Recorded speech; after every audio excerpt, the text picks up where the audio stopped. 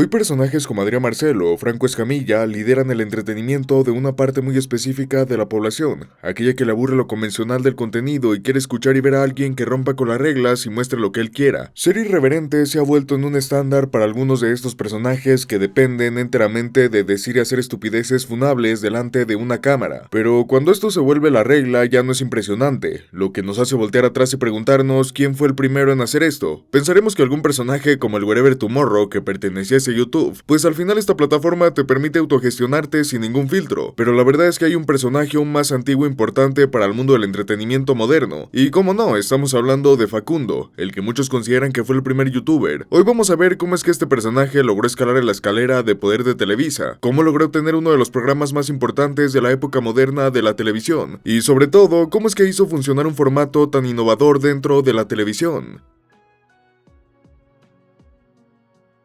Esteban Facundo Gómez Bruera es un hijo de inmigrantes argentinos que llegaron a la Ciudad de México para finales de la década del 70. Desde joven siempre mostró esta actitud rebelde y lacra que tanto nos gusta. Como ha contado en entrevistas, era de hacer bromas pesadas para divertirse con los amigos de la colonia. Al mismo tiempo le agarró gusto a grabar videos y editarlos para hacer películas cortas, gracias a una cámara Handycam que le regalaron sus padres. Este sería su primer acercamiento en el mundo del entretenimiento. Si quieren verlo de esta forma, estos se pueden considerar los primeros pasos de un formato parecido a YouTube en la historia del entretenimiento mexicano, aunque claro, estos videos solo eran para el entretenimiento de Facundo y sus amigos. Conforme una vez fueron creciendo, fue adquiriendo más gustos y acentuando su actitud. En pocas palabras, le encantaba ser el centro de atención en cualquier lugar. Llegando a un punto de su adolescencia, el joven Facundo comenzaría a hacer comerciales gracias a que era una persona muy güera para los estándares mexicanos, y así fue como comenzó con la televisión. De los comerciales pasó al casting de un programa para un recién nacido Telehit. Él nada más había ido porque tenía una banda y estaban interesados en tocar en vivo, pero una vez la producción de Telehit vio la personalidad y el aspecto de Facundo, no dudaron en darle la oportunidad de dirigir un programa que estaban desarrollando. El título de ese show era Despasónico. Este se trató del primer programa dentro de la tele de Facundo, codirigido con Diego Barruecos. Era un programa, digámoslo, de relleno. El chiste era mostrar 7 videos graciosos o interesantes en media hora de show, con intervalos donde ambos personajes hablaban y hacían cosas. Pero como Telehit trabajaba de manera más independiente de Televisa, ambos comenzaron a impregnar más su esencia al programa, creando secciones, haciendo sketch e improvisando.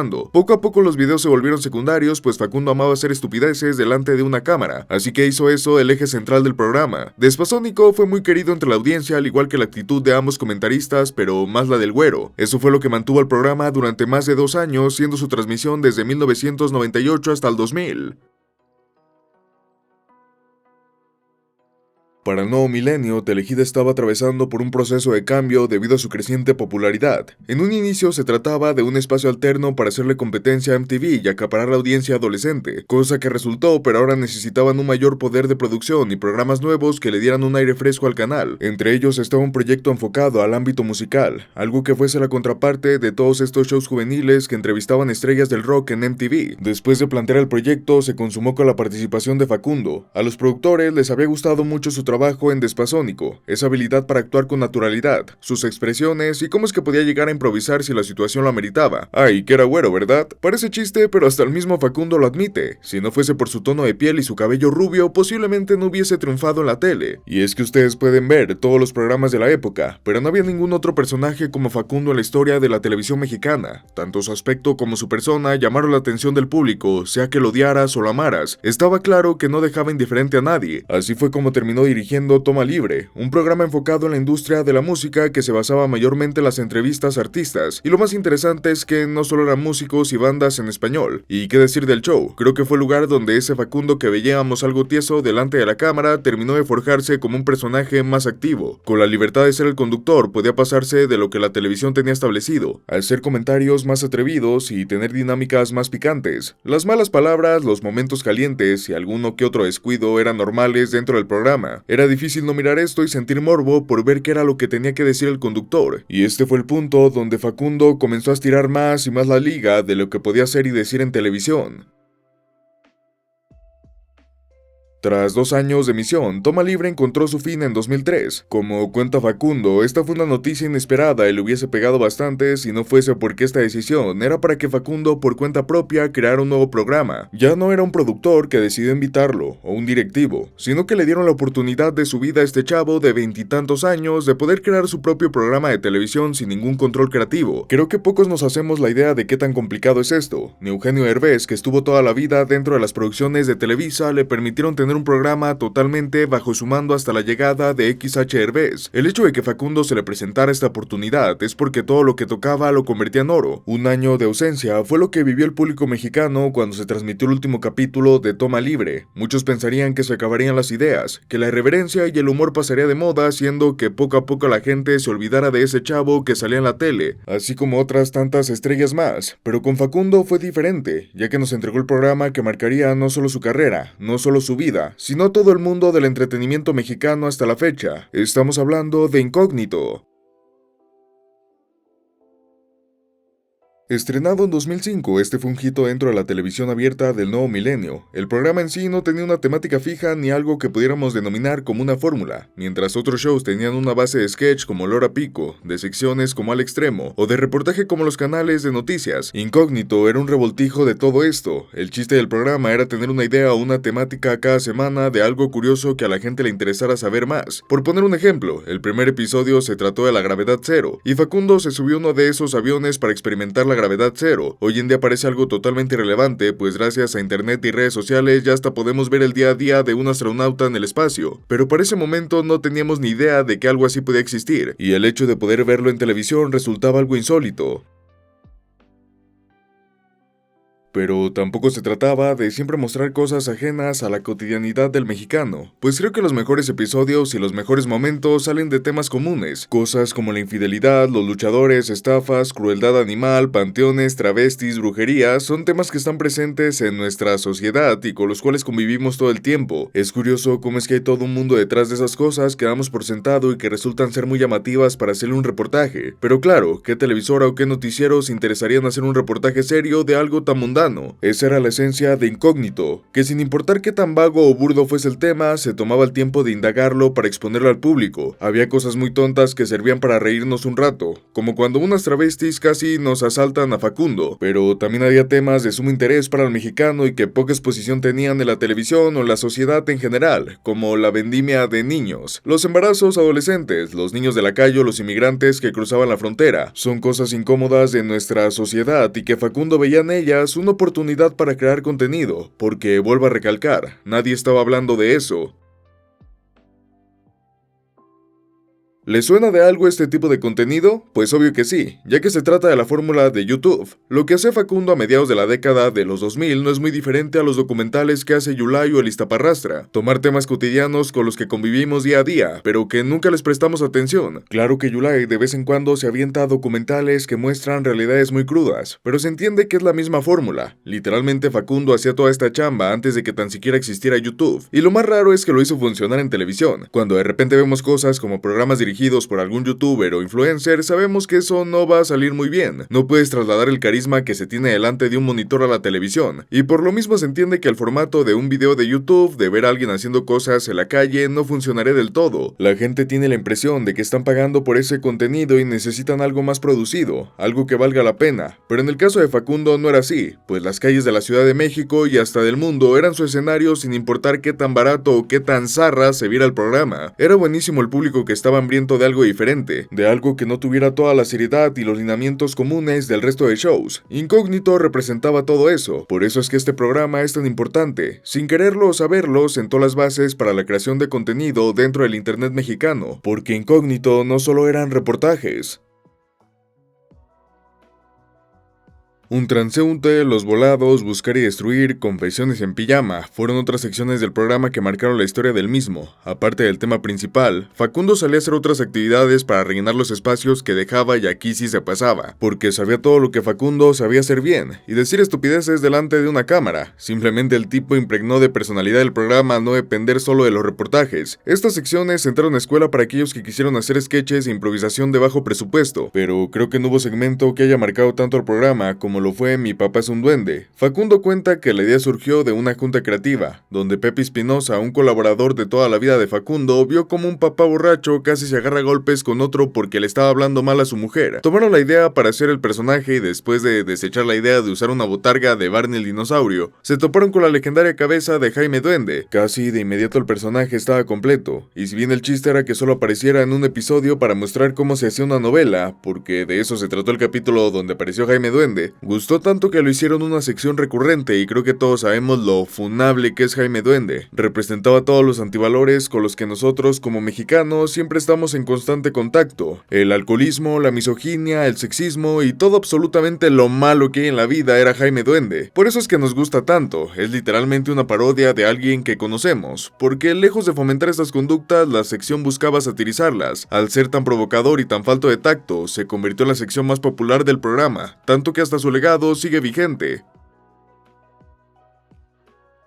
Pero si hablamos de personajes, creo que Changoleón tiene que ser el predilecto de Incógnito. En una ocasión, el programa hizo un capítulo dedicado a descubrir infieles, cosa que Facundo admite que fue actuado, pero que igual le gustó a la gente. El productor les dijo que repitieran la temática, pero como a Facundo eso le molestaba, dijo: tengo un jacuzzi, una limo, entradas a restaurantes caros, ¿qué podemos hacer con eso? Y no se le invitó mejor idea que ir a una plaza de Coyoacán a invitar a la gente a hacer desmadre. Entre ellos estaba un ilustre vagabundo que se acercó para ir de parranda con Facundo. Era muy surreal ver un vagabundo estar en una limo y hacer todas estas cosas que haría alguien con dinero para ir de fiesta. Gustó tanto a la audiencia que al productor dijo que volvieran a traer este actor para más sketch, a lo que Facundo le contestó que era un vagabundo de verdad. Desde ahí Changoleón y Facundo tuvieron una relación de amistad próspera. Lo llevaban a hacer varias cosas, lo mandaron a la escuela, le hicieron un doble, hasta en una ocasión le dieron un cambio de look. Facundo cuenta que llegó un punto donde el mismo Changoleón fue más famoso que él.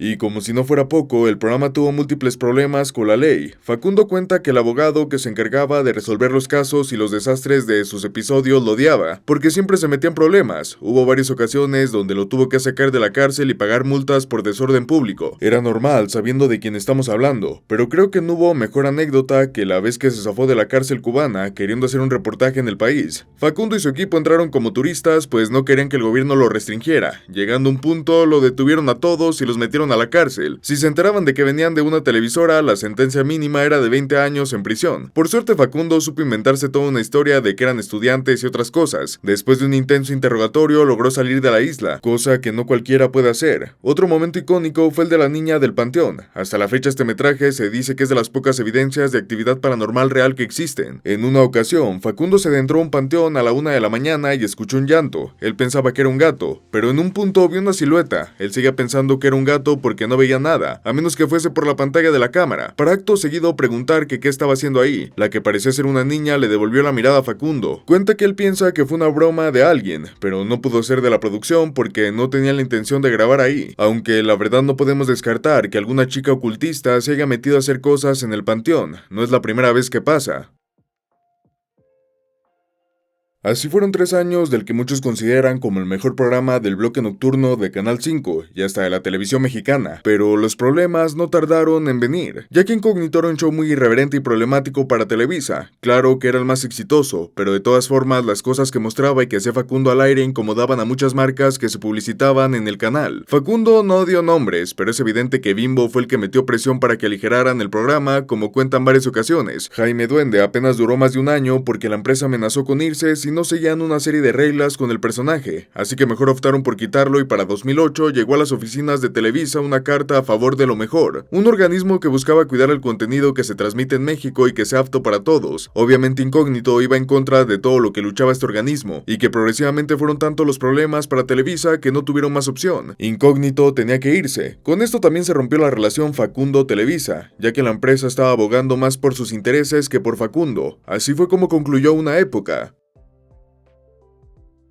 Posterior a la cancelación de Incógnito, muchas cosas cambiaron dentro de la sección nocturna de Canal 5 y la dirección de Telehit. Lugares donde se dio este programa, la irreverencia y la falta de tacto al hablar en la televisión le provocaron varios problemas a Televisa, así que comenzó a tener mayor control de estos espacios, lo que paradójicamente terminó la trayectoria de dicho canal y sección. Por su parte, Facundo comenzó otros proyectos lejos de Televisa. Estuvo en radio, trabajó como actor de doblaje y de vez en cuando subía videos a YouTube. Si bien su canal solo servía como para subir metrajes que de repente quería guardar, la verdad verdad es que si hubiese comenzado una carrera en YouTube, estoy seguro que se hubiese convertido en un personaje aún más reconocible. Lo que hacía en TV no era muy distinto a lo que se hacía en este momento en YouTube, pero claro, tal vez esto no era muy atractivo ya que la monetización no era algo para todos los canales, y los únicos medios era contactar con un manager, y todos sabemos cómo terminó eso. Creo que por eso es que Facundo decidió alejarse un poco del ojo público, pues habían sido 10 años en los que estuvo presente en la televisión, así que en un descanso no caería mal, pero creo que todos nos preguntamos qué hubiese pasado si Facundo se hubiese mudado a YouTube. Años después volvió a la televisión con un programa llamado Ya Párate, el experimento junto a otras estrellas, pero no fue hasta 2013 que ahora sí llegaría de nuevo con un programa propio a las pantallas de Televisa, Tour Nocturno, otro programa que resultó en un éxito tanto para el conductor como para la televisora. Se trataba de una especie de late night show, pero con tintes de incógnito. ¿A qué me refiero con eso? Pues que el programa se hacía en un estudio en vivo con público presente, tenía invitados, dinámicas y secciones. El chiste era ver a Facundo hacer sus gracias en un set, pero también heredaba muchos otros segmentos de su anterior programa. Cosas como los reportajes, las bromas en las calles de la Ciudad de México, los retos formaban parte del show. Pero claro, se notaba que había una diferencia bastante marcada entre ambos programas, y es que Tour Nocturno era más descafeinado, no era tan aventado o provocador. Por eso es que, si bien es querido por el público, no es tan recordado. Para explicar mejor el punto, la gente veía Incógnito por ser un programa tan único. Cualquier persona te lo veía, sea un señor adolescente o hasta morrillos, mientras que Tour Nocturno lo veía el público que se ganó Facundo, pero ya no era el hito de la TV.